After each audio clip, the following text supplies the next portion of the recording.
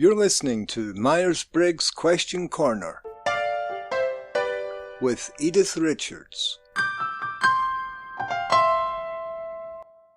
Hello, folks. I'm so excited about today's podcast as it's a question that comes all the way from Denmark from a lovely lady named Cecilie. I'd like your opinion on ISFJ and ENFP relationships, problems, and good parts.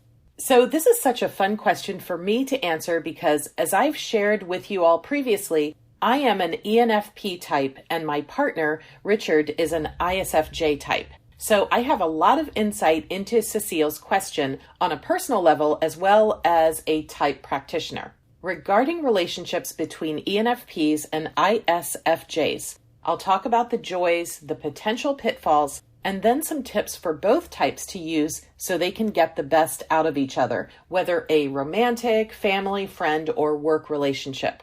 In preparing for this podcast, I took a little look online to see what others in various forums and type theory experts had to say about ENFP and ISFJ pairings. Unfortunately, a lot of it wasn't favorable, and for me at least, a lot of it didn't ring true. I say this because there's so much more that goes into a healthy relationship than the Myers-Briggs can measure. And even within personality types, there's a lot of variance. I personally believe that any two healthy people of any Myers-Briggs type can have a successful relationship, but a lot of that depends on the maturity of each person.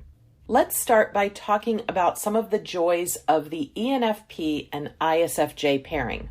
Both of these types value harmony within the relationship, and both will look out for the well-being of the other if they're committed. Both tend to be very generous people who are warm, thoughtful, supportive, and very good listeners. Honestly, though, in terms of personality, this is where the similarities end, and that's not necessarily a bad thing. Many of us believe that opposites truly do attract, and the ENFP and ISFJ relationship may be one of those that proves this point. This pairing can provide great balance to each other. For example, ENFPs will appreciate ISFJ's attention to detail, ability to plan and organize, and their common sense, and the fact that they're always ready with a listening ear. ISFJ's calm demeanor provide a nice equilibrium for ENFPs who tend to get overly enthusiastic and bubbly when they're excited about something new. ISFJs will appreciate ENFPs getting them out of their shells, though they may complain about this outwardly. Secretly, they appreciate that the ENFP gets them to do things they may not otherwise do and lighten up, see the fun side of life. They're probably also fascinated by ENFP's big ideas and visions and bringing a strategic perspective that they don't often have. In my own relationship, here are some of the joys I have with my ISFJ partner. I know he's always there for me. True to his ISFJ nature, Richard is extremely loyal and carries through with his promises, and I have no doubt that he will always honor his commitment to me and do whatever is in his power to make our relationship good for the both of us. And if I have a problem or I find myself in a sticky situation, I can count on him to help or just be there for me. ISFJs have a strong sense of duty, and for our relationship, this means integrity, and that's something that's extremely important to both of us. He's also great at all the things I'm terrible at, like fixing things, organizing, scheduling, money management, and all the practical matters of the house. Richard is a car guy, and he always keeps my car in top shape doing all the work himself. He fixes appliances, and he's just really handy to have around the house. Now, not all ISFJs are fix-its like Richard, but most are extremely detail-oriented and won't do any job half-asked. ISFJs will go out of their way to produce very high-quality work over and above what is asked of them. Third is that I'm not only in awe of all these practical things he's good at, but I'm in awe of his memory. I mean, the guy can remember being in diapers and learning how to walk, and when he remembers the past, all this detail comes flooding back, like who was in the room, what they were wearing, what color the walls were. Most ISFJs share this type of memory for facts and details, and they may not express it outwardly, but not a lot gets past them. The last thing I'll mention is one of the most important things for me in terms of the relationship, though this doesn't necessarily have anything to do with the Myers-Briggs, and that's that Richard has given me a sense of confidence that I've never had before. And I can't stress this enough. This goes beyond anything the Myers-Briggs measures. If you don't value yourself, you'll be attracted to people who don't value you. Of course, I've also asked Richard what his thoughts are, and true to his ISFJ nature, he's a man of few words, especially in public forums. He did share his 3 joys about being in a relationship with an ENFP, and those are: ENFPs are naturally energetic and positive. My natural optimism cheers him up and keeps him focused on all the great things life has to offer when times get tough. Second is new experiences. My need to explore has forced him out of his comfort zone for the better. He's thankful that I've nudged him to go to places he wouldn't normally go and try things he wouldn't normally try. When he's seen all the great things life has to offer, it's added a zest to his life that wasn't there before me. The third joy is that his social network has expanded quite a bit. Meeting new people has provided opportunities that weren't available before, personally and professionally. The last thing he mentioned is my kind and warm nature. Apparently, I'm very empathetic and selfless. I help others whenever I can. I care very deeply about the people in my life. This has provided him with hope for the world, in his words. Of course, I was especially happy to hear this because selflessly helping others is something many ENFPs do without thinking, so it's nice to have some positive validation. Of course, because these 2 types are so different, there are bound to be challenges. With an ENFP ISFJ couple, these are likely to boil down to 3 areas. The first is differences in energy levels.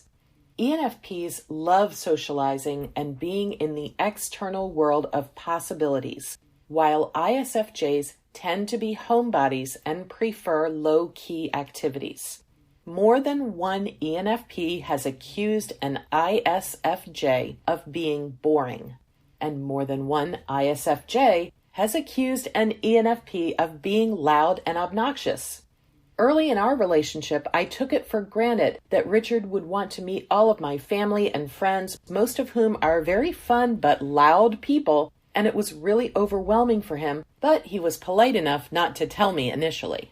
Richard also mentioned that this is a challenging area for him. Quote, "You need so much stimulation, and I feel like I'm being dragged behind the bus because of all the going out. I just want to stay in and organize." We've both flexed to each other's sides a lot over the years and have reached a happy medium where if one Saturday we go out into the world or we go to a party or event, we both know that Richard will need the entire next day to recover, whereas I may need some downtime, but too much downtime and I'll get depressed. That's why it's important for ISFJs to set boundaries and have their own private bubble, and for ENFPs to have their own outlets for socializing and being out in the world without their ISFJ partners. The second potential pitfall can come from how differently these 2 see the world. ENFPs as intuitives see the big picture, possibilities, and tend to be future-focused, while sensors tend to look at the details first and prefer to talk about real things, facts, how things work, or what happened during the day, more so than abstract ideas. Essentially, they're looking at the world in 2 very different ways, and this has implications for communication pitfalls, as well as seeing the other's viewpoint as wrong. This can play out in simple conversations. For example, we ENFPs love talking about the future, what could be. Many of us use metaphorical speech, and we jump around from topic to topic based on our inspiration. We don't like details, and literal topics are incredibly boring to us. When Richard talks about how a car engine is put together, I try to follow, but it doesn't really hold my interest. But it's the same for him when I come up with some creative new idea that may or may not happen, and I just need someone to process it with. One great example I have that illustrates the SN dichotomy is this incident that occurred a couple years ago. We were on a walk and we saw a row of trees that had recently been planted and were about a foot tall.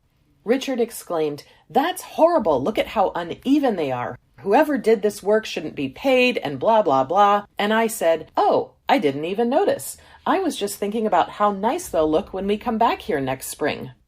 We were both really surprised because we didn't naturally consider the other's point of view, but we also appreciated the insight from the other. The third challenging area relates to the JP dichotomy. Let's face it, we perceivers aren't the most organized people. We can run late, we can be forgetful, messy, inefficient. This can be very annoying to judging types who value efficiency, plans, and neat homes.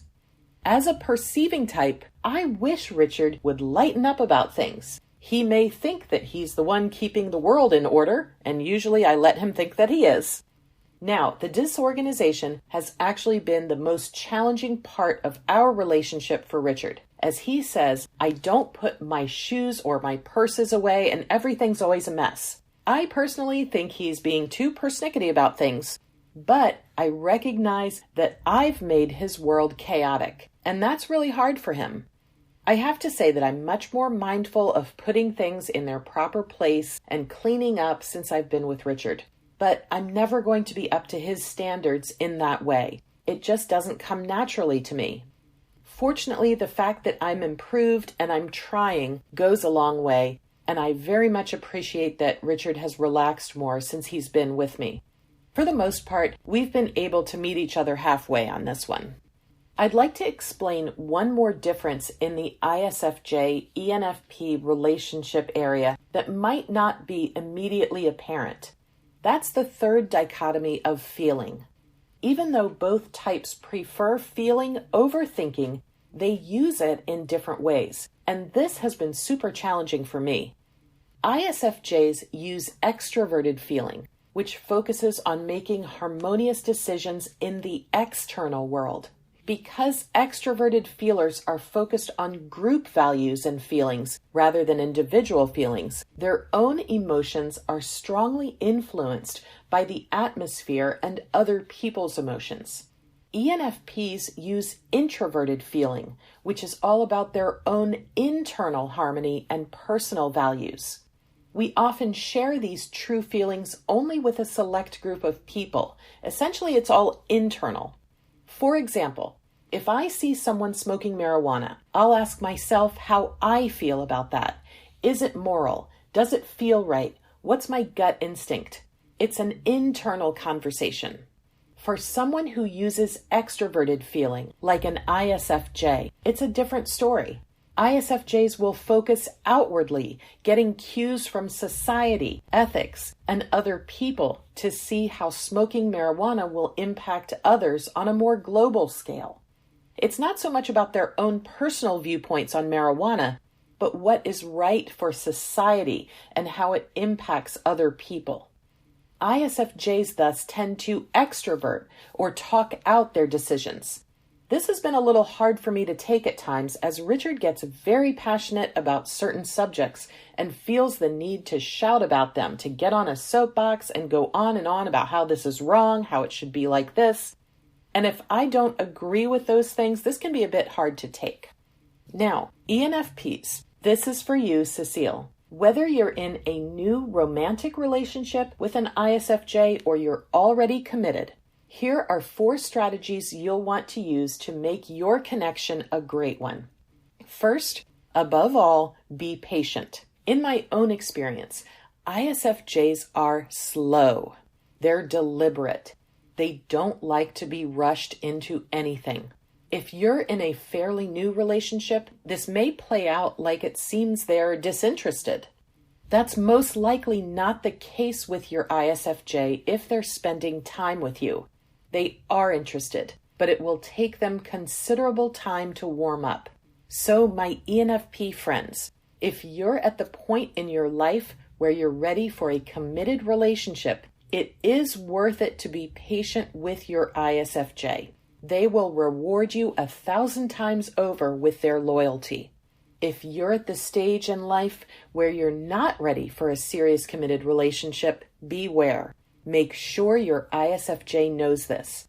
ISFJs seek commitment, and younger or less mature ENFPs may not be ready for their level of intensity. Second, ISFJs have hermit-like tendencies. If you're in a relationship with one, you may want to consider making sure that you have an outlet for your extroverted socializing tendencies. Don't get me wrong, there are times when your ISFJ will be very happy to accompany you to events, especially if they know how important it is to you. But they'll be happiest when they're in their own little cocoon. I'll also say that it would be ideal for you to find a balance between being a homebody and having your own circle of friends and interests. Third, watch your mess. ISFJs are neat freaks, especially in their homes. They want stuff to be organized and aesthetically pleasing. It may not seem like a big deal to you not to put things in their proper place, but it is a huge deal to your ISFJ. You'll find that you overlook things your ISFJ thinks are obvious. Let them know that you're not doing this on purpose. It's just not how you're wired. This will get better with time. You'll also be surprised by how much you'll receive from your ISFJ by taking a few extra minutes each day to organize. Okay, ISFJs, this is for you. I asked Richard what his top 3 tips are for ISFJs who are in relationships with ENFPs. These tips can be applied to family, friends, and work relationships too. First, relax. Calm down and don't stress about all the stuff you believe is out of control because of your ENFP. You'll find that some details really aren't as urgent as you think, and the world isn't going to end if the dishwasher isn't unloaded or a picture frame is skewed. Second, initially it will be enormously frustrating to be with someone who is so opposite, but it forces you to grow immensely. The frustration will lessen over time if you're able to calm down. Third, be prepared to give up your sense of control and work with the chaos. Remember that even though your ENFP is tuned into different things than you are, they are on your side. They wouldn't be the fun, lively person you love if you try to make them fit into your mold of the world. Cecile, I hope these tips have been helpful for you as you navigate your relationship with your ISFJ. I sincerely appreciate you reaching out and asking this question. Thanks for listening to this episode. If you'd like to hear more, or you'd like to submit a question yourself, then you can find us at www.atopcareer.com. Until next time. MBTI and Myers-Briggs are registered trademarks of the MBTI Trust.